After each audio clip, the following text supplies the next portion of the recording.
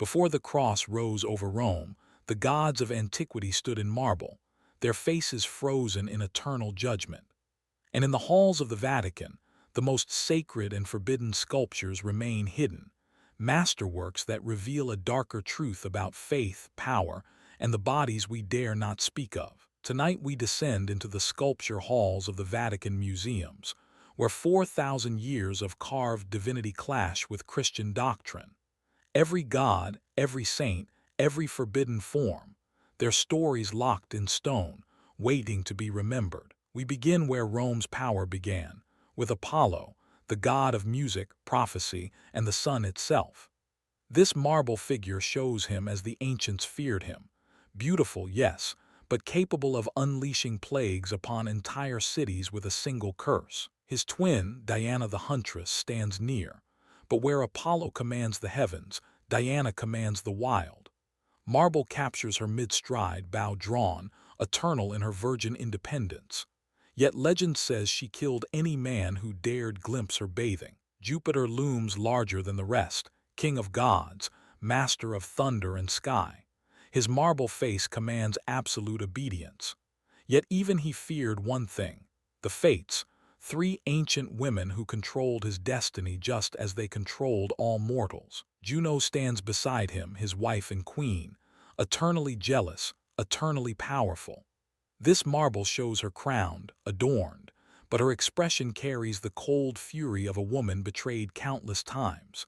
Jupiter's infidelities were her agony carved in stone. Neptune rises next, god of the sea and earthquakes, brother to Jupiter. His trident catches the museum light as if gleaming with brine. The Romans feared him as much as they revered him. One tremor from his hand could sink an entire fleet. But not all gods were titans. Mercury, the messenger, appears smaller, quicker, clever.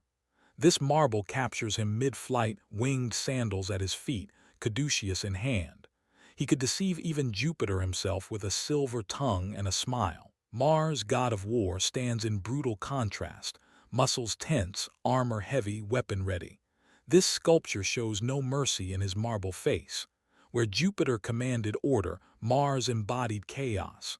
Soldiers prayed to him before battle, knowing half would not return. Venus emerges from shadow, goddess of beauty, desire, and power. But this marble reveals a secret. She was also a warrior, capable of manipulating kings and gods alike. Her beauty was a weapon as deadly as Mars' sword. Vulcan, the craftsman god, bears the marks of his forge. His marble shows a limp, scars, imperfection. He created the weapons of the gods, yet remained unloved. His wife Venus betrayed him constantly. Even divinity could not escape pain. Minerva stands armed and wise, goddess of war strategy, craft, and knowledge. Unlike Mars' brutal strength, her marble shows intelligence in every carved line. She was patroness of cities, and Rome itself bore her mark upon every building. Ceres, the grain goddess, appears almost maternal, yet her marble face holds ancient sorrow. She searched for her daughter Persephone for 9 days and nights, and her grief made the crops fail. The world nearly starved because of a mother's loss. Bacchus emerges from shadow, god of wine, ecstasy, and madness. His marble reveals a disturbing truth. He was born twice, torn from his father's womb, remade in divine flesh. Madness followed him like a shadow throughout his immortal life. But the Vatican does not stop with the Olympians. Here stands Hercules, strongest mortal ever born, yet even his marble form cannot hide his greatest tragedy.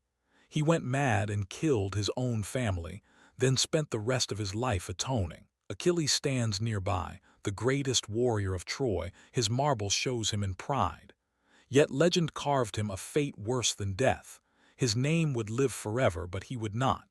He died young, and his glory is all that remains. Aeneas carries his father Anchises in marble, the Trojan hero who fled burning Troy and founded Rome itself. This dual sculpture shows duty carved in stone, a son bearing his father's weight across an empire's worth of suffering and distance. Perseus emerges holding the head of Medusa, petrified in marble, the Gorgon's serpent hair frozen mid-writhe. This sculpture captures the exact moment power became vulnerability. A woman cursed to turn men to stone with her gaze, defeated by her own reflection. Theseus appears beside him, another hero, but his marble tells a darker story. He abandoned the woman who saved his life, left her on an island alone. Even marble cannot hide a hero's moral failing carved into his eternal form. And there, the Laocoön. This marble torment shows a father and two sons strangled by serpents, their bodies twisted in agony. He warned Troy not to accept the wooden horse, yet no one believed him.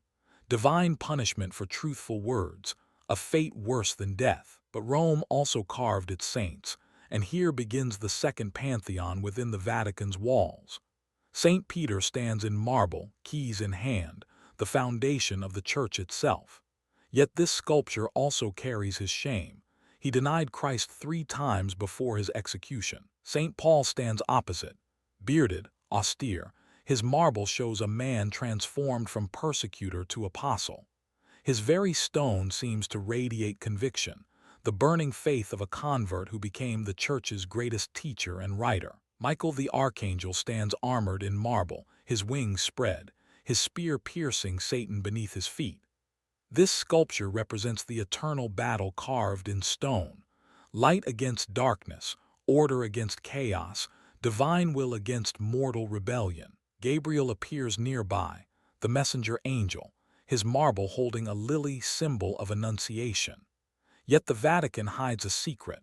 Early depictions showed Gabriel as androgynous, beautiful beyond gender, troubling the Church's rigid categories of the body divine. Saint Sebastian stands pierced by arrows, his marble body covered in wounds, yet his face shows serene acceptance, even beauty in suffering.